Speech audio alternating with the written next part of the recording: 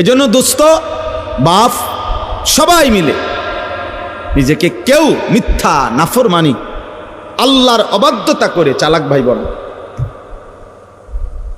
তুমি বুদ্ধিমান না ভাইয়া, বাবা আপনি বুদ্ধিমান না। কোনো সুদখোর বুদ্ধিমান হইতে পারে না, কোনো ঘুষখোর বুদ্ধিমান হইতে পারে না, কোনো হারামখোর, কোনো ধোঁকাবাজ, প্রতারক, চোর, ডাকাত, ছিনতাইকারী, অবৈধ সম্পদ উপার্জনকারী, এই বেঈমান নাফরমান বুদ্ধিমান না। কোনো মদখোর, গাঁজাখোর, নেশাখোর, কোনো নারী লোভী চরিত্রহীন যুবক তুমি বুদ্ধিমান না। ইউখাদিউনা আল্লাহ ওয়াল্লাযীনা আমানু ওমা ইয়াখদাউনা ইল্লা আনফুসাহুম ওমা ইয়াশউরুন। আল্লাহ তাআলা বলে যারা মুনাফিক, যারা মুখে দাবি করে মুসলমান কিন্তু যারা কর্মে মুনাফিক, যারা নিজেদেরকে জবানে বলে মুসলমান, ওয়ামিনান নাসি মান ইয়াকুলু আমান্না বিল্লাহি ওয়া বিল ইয়াউমিল আখির ওমা হুম বিমুমিনিন। আল্লাহ বলে মুখে তো বলে আমি আল্লাহরে মানি, আখিরাতকে মানি, আল্লাহ বলে আমি বলি, ওরা ঈমানদার নয়, মুনাফিক। কর্মে তো প্রমাণ হলো না। তো আল্লাহ তাআলা বলেন ওরা ভাবতেছে আমি আল্লাহকে ধোঁকা দিচ্ছে, ওরা মনে করতেছে আমার ঈমানদার প্রকৃত যারা ইবাদতওয়ালা বান্দা তাদেরকে ধোঁকা দিচ্ছে। আল্লাহ বলে না, শোনো বেঈমান মুনাফিক, তুমি মূলত তোমার নিজেকে ধোঁকা দিচ্ছ, তুমি বুঝতেছো। তুমি তোমাকে ধোঁকা দিচ্ছ। তোমার কারণে নামাজি আটকিবে না, তোমার কারণে সেজদাওয়ালা আটকাবে না, কোন ঈমানদার আটকাবে না, ঠিকই তুমি আটকাই যাবে, ঠিকই তুমি আটকাই যাবে। এই জন্য আমরা প্রত্যেকেই এই প্রতিটা ওয়াজ ছোট বড় প্রত্যেকটা মাহফিলের বয়ানের এটা একটা মূল ফিকির। এই ছোট বড় যত ওয়াজ হয়, ওয়াজ মানে নসিহত, এই উপদেশের মাকসাদ কলিজার পরিবর্তন, জিন্দেগির পরিবর্তন, নিজের মধ্যে ভাবনা আসা, বিবেককে কাজে লাগান, বিবেককে কাজে লাগান। যদি কারো কাছে হালাল হারামের পার্থক্যই না থাকে সে আর মানুষ থাকে না। কোরআনুল কারীমের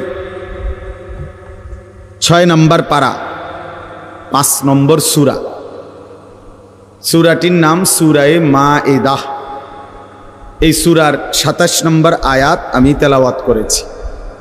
এই একটি আয়াতকে সামনে রেখেই সামান্য কয়েকটি কথা আমি আরজ করতে চাই।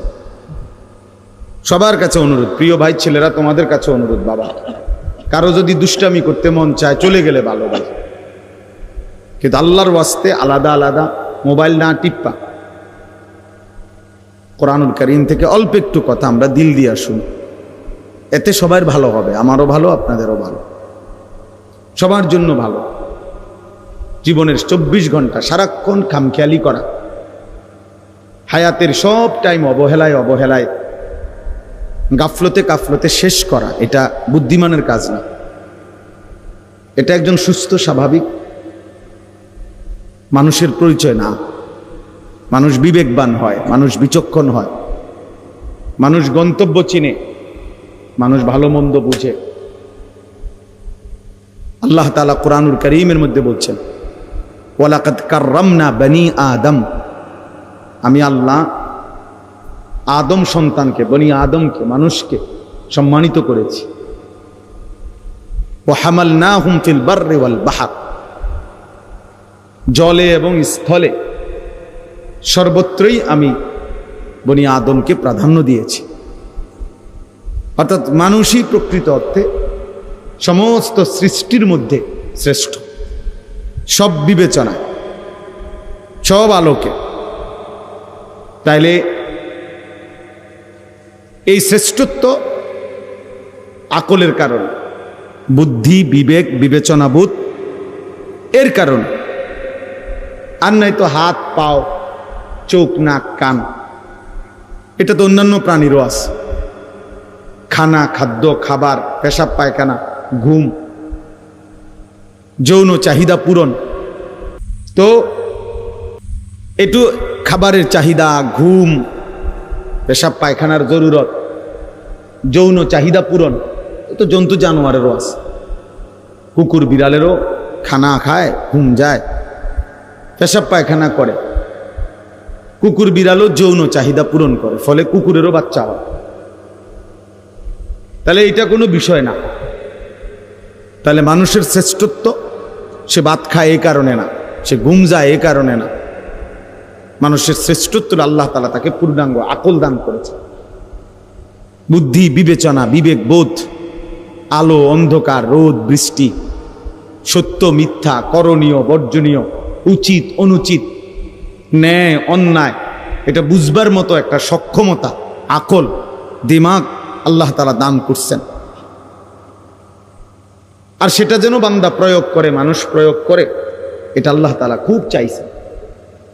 এই জন্য কোরআনুল কারীমের মধ্যে আছে ফাআতাবিরু ইয়া উলিল আলবাব, হে বিবেকবান, ফাআতাবিরু, তুমি উপদেশ গ্রহণ করো, তুমি একটু বুদ্ধি বিবেক খাটাও। আল্লাহ বলছে ফাআতাবিরু, তুমি একটু ভাবো, তোমাকে আমি আল্লাহ তাআলা আকল দিয়েছি। আল্লাহ তাআলা কোরআনুল কারীমের মধ্যে বলছেন আফা হাসিবতুম আন্নামা খালাকনাকুম আবাতান, তোমরা কি এই ভেবেছো যে আমি আল্লাহ তোমাদেরকে অনর্থক সৃষ্টি করেছি? ও আন্নাকুম ইলাইনা লা তুরজাউন, তোমরা কি এই ভেবেছো যে আমি আল্লাহর কাছে তোমাদেরকে ফেরত আসতে হবে না? কি মনে করেন আল্লাহ তাআলা আমাদেরকে অনর্থক বানিয়েছেন? কথা বলেন, আল্লাহ তাআলার কাছে আমাদেরকে ফিরতে হবে না?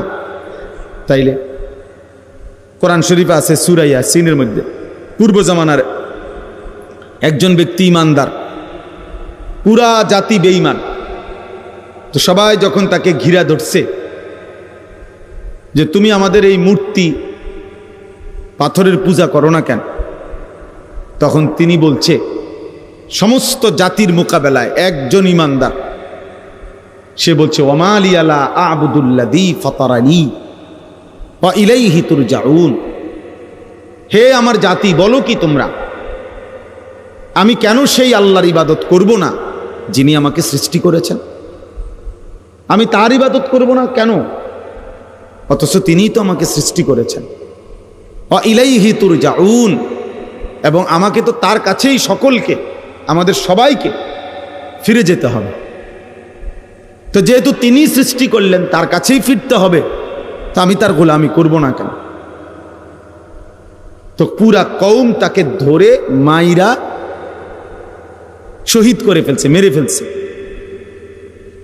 তো মৃত্যুর পূর্ব মুহূর্তে আল্লাহর আদেশে ফেরেশতা এই ইমানদার ব্যক্তিটার সামনে তার জান্নাত, তার জান কবজ রুহু যাওয়ার আগ মুহূর্তে তুলে ধরছে।